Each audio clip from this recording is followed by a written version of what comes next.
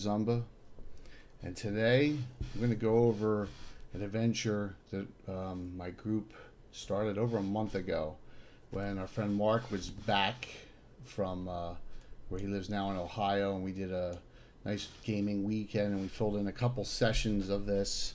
But we left it because of the vacations and all the other things going on. We wanted the entire group back to finish it. And that's adventure number 823, events before David Gradivus' wedding.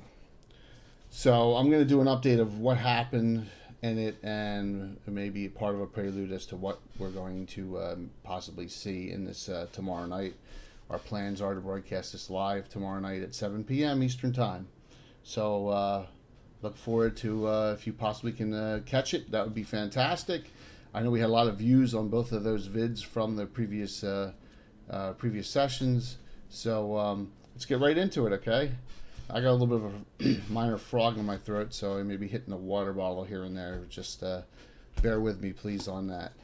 So to go back 10 years previously in game time, we're looking at the year 624.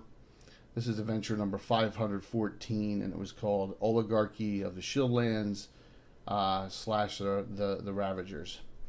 The first part was the Shieldlanders setting up a new government through the Knights of the Holy Shielding.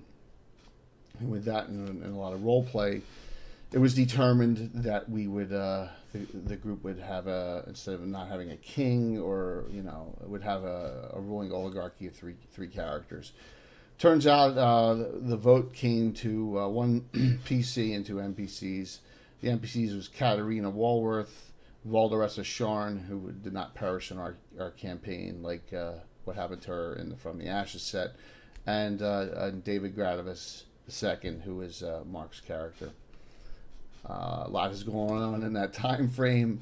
Let's fast forward a lot of years. So let's go forward 10 years in game time. They started their term in 625. It is now 635. So David has been pursuing Ashley Winchester, one of the famed Winchester girls, for years, and they are now fairly old, late 40s, early 50s, and have decided to become married. And so the adventure began with them at an inn or an outdoor bar that has popped up in Critwall called The Grove. And this is another adventure tie-in of mine, which you would probably be confused if you didn't know what was going on. But The Grove was founded by Shuko Fish. He is a druid that disappeared some time back with a lot of the other higher level druids in our campaign, but he was trapped in this sitting at an overnight campfire, and now he's back and doesn't know how he got here, but that's another story for another time. So they were in Critwall, and a lot of the Knights of the Holy Shielding came as well. Some of the people that showed up was let's see, Inkosi, Franz Torkeep, Lee Menda Eamond, Valderessa Sharn herself, Mother Annan, Mother Phala, Templar Lugo were all there and involved in the earlier part of the adventure. And from that point, they all were talking about some things that were going on and some issues that are about to come up that the party, I guess, they didn't know about, so I sprung it on them. Number one was that if we went back to the original charter, that the original group that was going to rule the Shieldlands was able to run 2 5-year terms. The first term was up 5 years ago, and it was by unanimous vote they got another 5 years. Well, that 5-year term's ending the end of this year, and the charter states that anyone who was in the oligarchy for 2 consecutive terms cannot be back. So that was a little minor thing that no one really knew about. So that really hasn't been resolved yet. And then the other thing was Randall White and Chet Bluegrass, and they're two of the more annoying members of the Knights of the Holy Shielding. Randall White's a 12th level Cavalier, lawful neutral human male. Chet Bluegrass's sidekick is a 9th level Saxon, lawful neutral human male.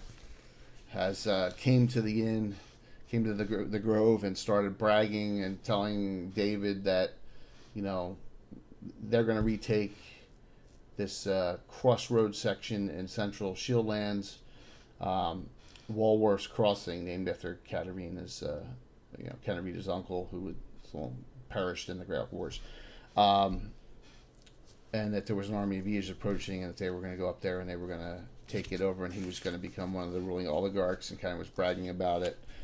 And then they went off, their army, to some consternation of the other Shieldlanders, but there was not much that they could do about it at that point.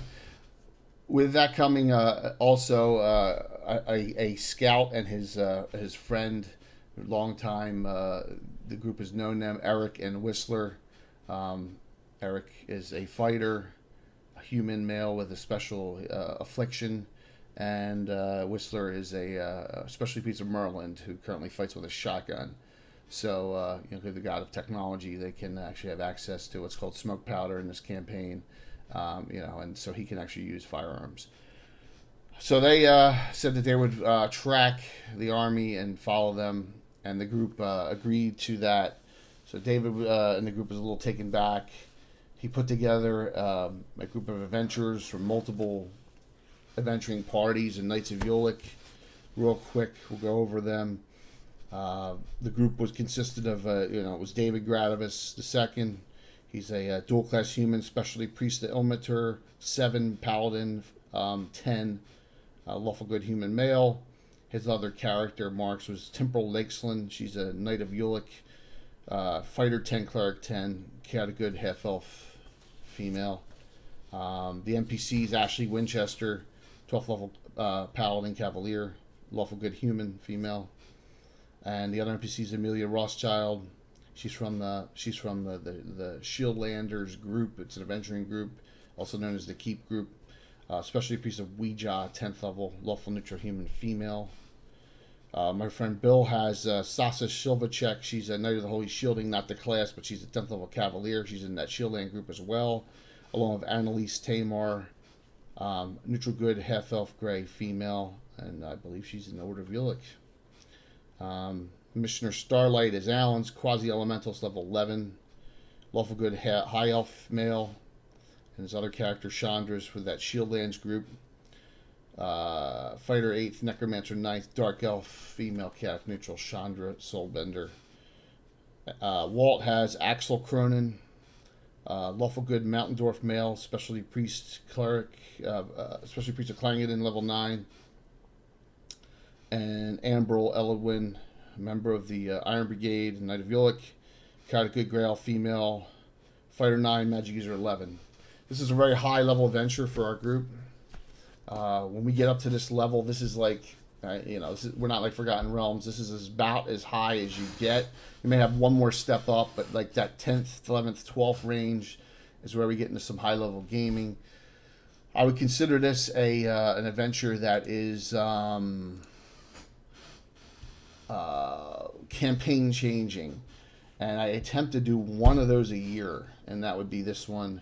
It tends to happen when a special occasion, in particular when Mark returns from Ohio, comes on vacation.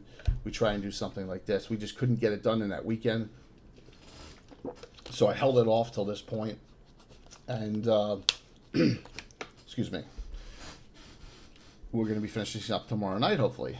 So that's the adventuring group. Now, session 2, if you watched, Walt wasn't able to be here that Saturday afternoon, so we popped his 2 out, and I allowed temporarily Mark to bring in Railstone Gradivus, who's a member of the Iron Brigade as well, a Knight of Ulek, and a crossover. He's both Knight of Ulek, Knight of the Holy Shielding, lawful good human male. He's currently specialty priest 9. He's dual class, so he's got to surpass his other class to get his paladin back. He's the exact opposite of his other of David.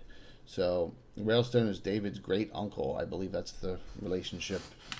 Mark, if you happen to be online and I'm incorrect on that, you can always just send me a text. So, but I think that's it correctly. So the next morning, or the group start out heading north. This is an important crossroads. The shield lands in our campaign has only been retaken about 1/3 to 1/4 in that range. They have crit wall back. They have areas north and areas northeast and areas east of that. They have added Munford back. They have the whole island area has all been taken because of the Navy's so strong. But they don't have the center of the area of the shield lands. They're due north. They don't have any near the Horn Society, Old Horn Society, or to the northeast toward the Bandit Kingdoms. That area is still all E is controlled. So, or baddies, you could say. A lot of them are E's, of course. But so this group is following. The adventure group went to follow the army. Turns out when they got up there, the army was doing well. They were slaughtering the orcs, orogs, and the other army, and very few casualties for the Shieldland group, which was a great sign. And so they continued, got to a point in the next day when sunrise came up. They found a different story as they approached this community, or this supposedly abandoned city, town, Walrus Crossing. It turns out a couple things. Number one, it was a group of Fultus worshippers, 100 in total supposedly, were there and had claimed it in the name of Fultus because it was abandoned, and reclaimed the town as Lights Reclaimed Pillar was the name they put it. Secondly, there were these zombies all over the place, and some of them looked real fresh, and there was human zombies, orc zombies all over, monster zombies, a lot of them, and the group waded through them. And before they did that, they found Chet Bluegrass, and he was torn apart. He was alive, but he was he lost a leg, he lost an eye, he was completely just obliterated. And they ran across Eric and Whistler, who helped them take him back to a safe place. So they moved forward thinking that this, the army had, something had happened in the fight, but it turns out this Ia's army is nowhere to be found. But these zombies are everywhere, and they can't, they're like, wow, they're just zombies. But it turns out some of them were fairly nasty zombies. They fought through the entire town, cleared it out, and found the church in the middle of town had 3 Fultus worshippers remaining in it from the original 100. Ernest Staran, who was a specialty priest of Fultus, obviously, a relation to Magan Starand out of the Fighters of the Light in Great Oak City, and then 2 female fighters, Anna and Srini, and they were supposedly all that was left of the settlers in this town, and they told a story of how these zombies there was a few, they would slaughter them. Next day there was more, and if anything had died, they were there raised up, and it just snowballed until this army had come in of Ias, and they fought some of them, and then they pulled back, and all those came up. Then the Shieldlander army came, wiped them all out, and was partying, and they had won their victory. And when they all got drunk, and when sunlight came up, the entire zombie army was back, and they got taken and all killed. And the one survivor they have, we believe, and they will not. The venture group wants to try and find out, but they won't let them into the Fultus church. They believe it's Randall White, but he's completely lost all his limbs. They tore his tongue out. So the Fultus worshippers Ernest Starrand says that they think there's a presence on the hill above the town. In the picture on the left, you can see there's a little keep up there. Second session, they went up.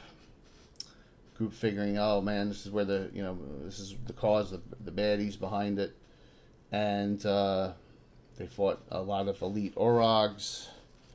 They fought a couple Type 2 demons, a Type 3 demon, a Type 4 demon, a Greater Thassalos, which is basically a golem, made out of bones and body parts, and it can be really nasty.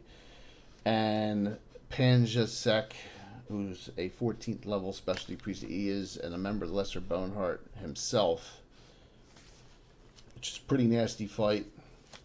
And but they did very well on that, and they were very successful. And they defeated everything. Panjasek, who's really tough because he's got so many spells and so many abilities and so many protections. They really took out everything else, and then he basically left with laughing, saying he's just here to observe, and that you're all going to die tomorrow when the sun comes up, laughing, and then he word of recalled away. So they thwarted him, but now they're thinking, I guess he had nothing to do with this army. What's going on here? So that's where we ended in the second session. Excuse me. So a lot of intrigue is going on now, and they're going to have to make some decisions because they have like roughly 8 hours left. It's night time. They have 8 hours left until the sun rises again. Now you have all this dead stuff everywhere, including all this stuff that they killed, and they're worried that now all this is going to rise again. So when they went to scale the hill, if you look down in the lower left-hand corner, you have these two buildings. They look like, crypts. Juju zombies and monster zombies came out for anyone who was near there, and so those people climbed up the hill and got away from them. So they're thinking maybe what we are looking for is in one of these two buildings, because we didn't get down that far and we didn't clear these out. So what's going to happen is they're going to go there, and that'll be the start of where we start tomorrow night. So some things to think about that I put in some posts on Facebook is what could possibly be behind the zombie army coming back every dawn. Is it an ability? Is it an item? What is it? 2, will they be able to find whatever it is in time and stop it? Because the party's getting weaker. They're running out of spells. They're not going to be able to rest. They know that the Fultus people really can't help them. They're much lower level than they are, and they're holed up in their church. The entire Shieldlander army that came up here is gone and destroyed, and they're thinking that the zombies that are going to come back are probably much more than they faced the previous day. So will they be able to find what is causing this in time, and will they be able to deal with it and take care of it so that the zombie army does not reappear the next day? So this is one of those that let's hope that the party can do what they need to do. Some things I'm looking at on the log, we don't have a lot of characters that are down severely in hit points, but I know a lot of healing's been used. I know Amelia's burned through a lot of her healing spells, particularly to keep Railstone up the last fight. So I know they're running out of their offensive spell capability. It is a hardy group, so they think that they can hang on. It'll be 10 characters going up against whatever they face. You can see I put some of the pre-generated Master Maze up, what we're going to be doing, a little teaser there. And then after, if they are successful and they deal with this, Will we get to the point where we know what's going to happen with David Gradivus and Ashley? Hopefully that'll finally come to a happy beginning, you could say. And what is to happen with the oligarchy, because when this year ends, there should be 3 new leaders, or maybe they'll form another form of government. But now with Randall White missing or in this church, and Chet Bluegrass is completely incapacitated, will other things, where other ideas come up. So I guess I'm pretty interested to see if we get to that and what happens there. I think we will. So a lot of questions to be answered. This adventure is, I think, going to be difficult, but I have the utmost confidence in my players. They know how to work together as a team. We've been playing for so long, for 38 years this campaign's been going on. Most of the players have been playing at least 25. Most of them have been playing over 30. So some of the zombie types they've come across: regular zombies, tyrant fog zombies, which are ones that have stinking clouds around them that can incapacitate as a stinking cloud. Monster zombies, which are a lot higher hit dice, and everything seems to be higher hit dice than it should be too, which is another effect. If you're looking at monster zombies, are only 6 hit die monster, and these are all 8 hit die for some reason. That's another thing they can't explain, why these zombies are so hardy. Regular zombie with 4 hit die is that much. Takes a lot of hits to take it down. And then the toughest of them all, the Juju zombie. Well, actually not. There's something else beyond that, but I won't tell you, because they haven't come across that yet. But the Juju zombies are nasty because you need magic weapons to hit them. They're immune to magic missile. They're immune to most half damage from fire, no damage from cold. So you really just gotta hack them down. Blunt and piercing weapons do half damage even if they're magical. So really, it's a slash fest to get those down. And if they're enhanced with further hit die, that's a lot of hit points for a Juju zombie. That's a lot of hacking to do. So, and Juju zombies attack on a higher table. They attack as 6 hit die monsters to begin with. So, difficult. No one has tried turning the zombies, but they're figuring that they're going to have to destroy them anyway. So maybe they will next week. So all I'll say is this: I have a real nice surprise in store for the group. This is a tie-in to a antithesis that's been around recently, and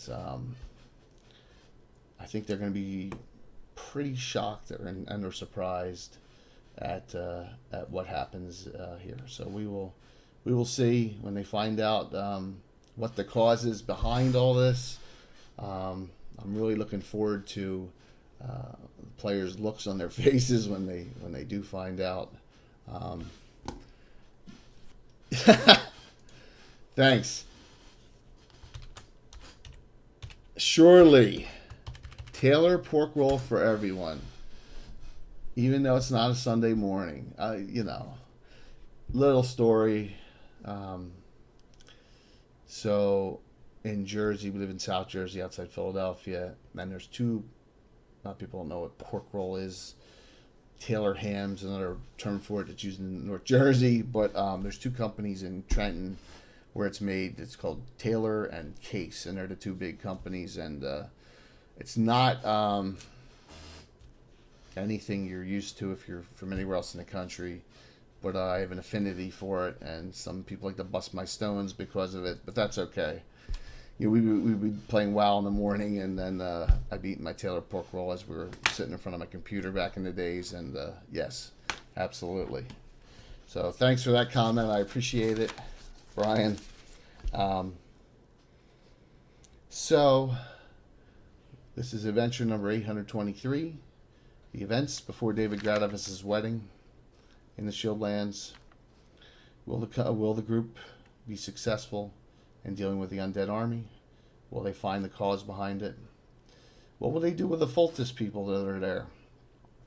What will they do if they think Randall White is inside and severely injured? Will they use force to take him, or will they just leave him there? What will they do with that? What are they going to say as far as the Fultus people goes, because they don't want them there, but what are they going to do? And what will become of the oligarchy and the leadership in the Shieldlands after this unfortunate incident of the Shieldlanders, one of the Shieldlanders' forces being completely obliterated? So a lot of these questions will be answered come tomorrow evening. And want to give one more heads up to something. So my gathering at Lord Peacehaven this Sunday is going to be a quote-unquote special one. We're going to add 6 modules that are published modules to my wall of fame. It's already set up. We have 18 now. We have 6 more spots I've added, and we're going to pick from 12 modules that I've kind of gone through, and I'm going to put up a posting for that on all the group sites on Facebook that we all belong to. See if we can get some input on these. Some of these are old school classics.